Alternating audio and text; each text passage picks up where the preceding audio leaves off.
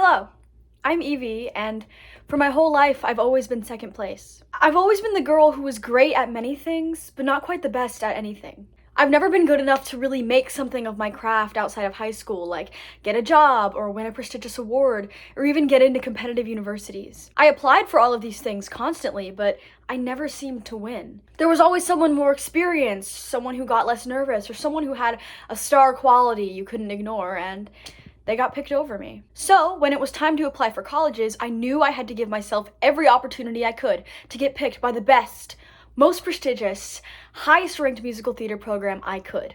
Otherwise, I would have felt like a failure.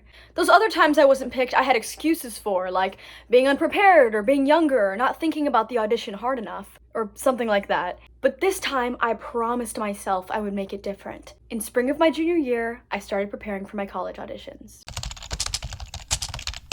It was all I thought about over the summer. I was imagining myself in every scenario, safety school or reach school. I started doing dance classes outside of school because I was insecure about my dance abilities, and I improved a lot. I started doing voice lessons too, which I had never done before, because I knew that I needed a second opinion on all of my songs. I even signed up for an expensive college prep program where I had coaches review my monologues. I cared so much. This was my chance to win. I could apply to a lot of schools and then maybe, just maybe, have a happy surprise to show for it. I could prove myself beyond the high school theater scene. That's all I wanted. I went through the pre-screen process very meticulously and with great stress. I spread out all of my applications and pre-screens over my first semester of senior year so as to not burn myself out, and it was still a lot to handle. During this time, my school was competing in a statewide one-act competition, and I had a principal role in the play. Colleges attended this competition. They would see me perform for the state, and I could show them what I could do by performing my monologue for them at the event. I sent in a video, and I was called back to chat with faculty members from 15 different schools. I met with almost all of them and talked with the professors about my goals and what I was planning to do if I attended their school. It was amazing, and on top of that, my school made finals, and I won 2 separate acting awards. It was for this show. It was almost made. It's the one t-shirt on my wall. A month after this event, I sent in all my pre-screens and got called back to audition for a little over half of them. I honestly did not know if those were good odds or not, but I think that they are, considering that's when they cut most people, is during the pre-screens. But I felt very positive about the whole situation because my dream school, Texas State University, was one of the ones to give me a call back. I was super scared, but also super excited, and of course, determined to do my best. I prepared and had my first in-person audition for VCU in mid-January. I decided to do VCU first because I definitely did not want to do Unifieds first, and that was at the end of January. And VCU was also just the closest to my house, so I figured it'd be the most convenient. All of the professors there were super kind and made my audition anxiety feel so much better. It was the only audition I did where we did acting warm-ups as a group, and that really helped me feel more expressive and relaxed during the audition. The audition went great, I sounded well, I was confident, and 5 days later, I got an acceptance email. I was really happy, but I didn't dwell on the success for too long since I knew I had a whole other month of auditions to complete. And also, VCU was just the school by my house. It's not a top school, and I knew that there were better places I could be, like the middle of Texas or Ohio. So I went to Unifieds a week later, and I had a blast. I did some of the best dance calls of my life at Unifieds because everyone there was so supportive and just wanted to have fun in the audition with me. My singing auditions were good as well, but my first one was a complete disaster. I'm not even gonna sugarcoat it, not even gonna be positive about it. It was probably the worst audition I did for the entire college audition process. The first school I auditioned for at Unifieds was Ohio University, and I was genuinely shaking before I went in. I'd been building up to this moment for a whole year, and I really cared about getting into this school because it didn't feel super unattainable to me. It wasn't like a top 10, but it was a school that I thought I could get into and that I really liked. But when I walked up to the room with my speaker and accompaniment track, I froze. I heard a live accompanist in there, and the song I was practicing was not the song in my binder.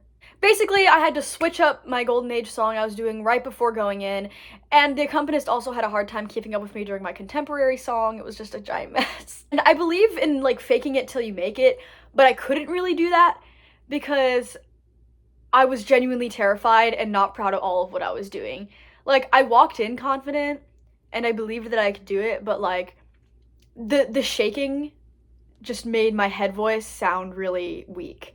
And I was trying to use the right technique, but I was just too nervous to sound good. The songs were an absolute mess, but for whatever reason, the adrenaline and fear in that moment gave me the best performance of my monologue I've ever done. So naturally, the audition panel thought that I couldn't keep a beat or support my voice, but I was a really good actor. So they accepted me to the BFA in acting, but not musical theater. Either way, I got out of that audition room and felt happy because I did it and I survived. And now that the initial nerves were out of the way, I knew I was going to do well at the rest of my auditions. And I did! It was one of the most entertaining and exhilarating audition days of my life, and the day after there was a giant snowstorm that kept me out of school for 2 weeks, but that's off topic. After Unifieds, I had a few more on-campus auditions and virtual auditions, and I had already auditioned with this material so much at that point that I felt very confident for the rest of my auditions. After about a month, I got all of my results from Unifieds, and none of them were acceptances. I had rejections, I had a wait list,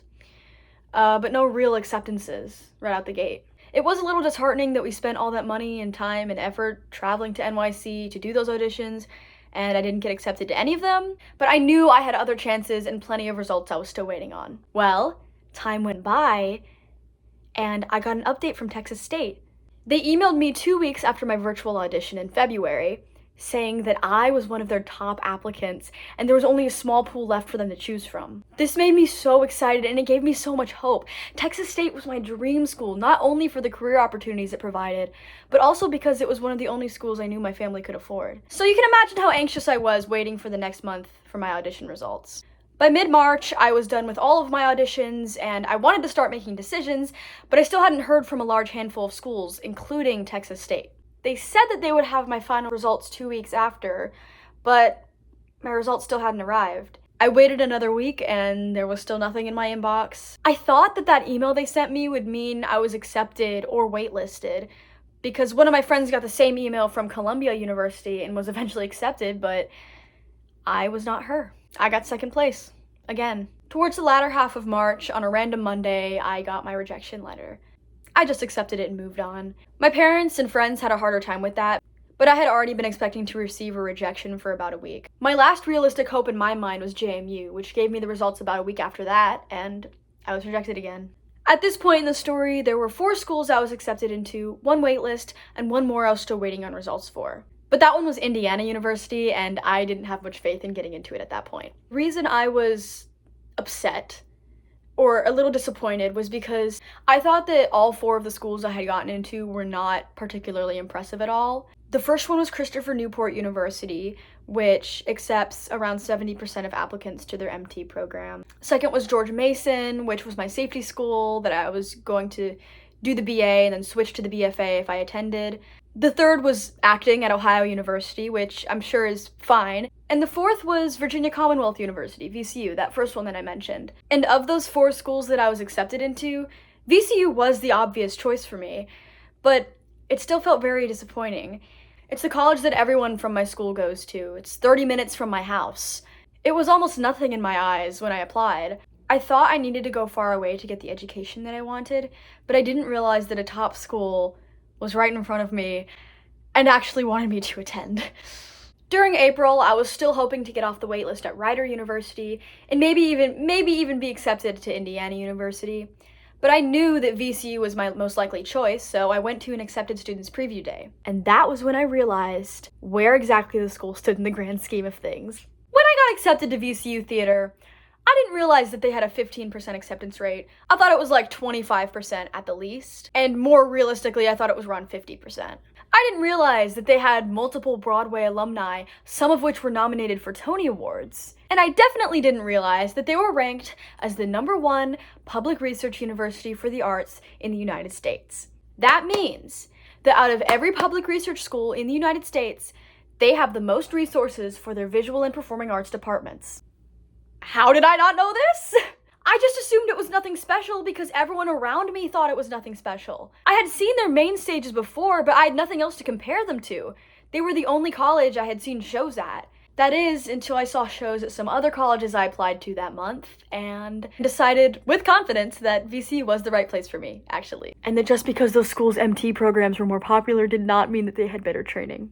No shade. So at that point, I mean, I knew where I wanted to be. I had really enjoyed my preview day at VCU. It has a beautiful campus. The people there I met were so nice, and when I went there and actually just toured the place, it felt like somewhere that I belong.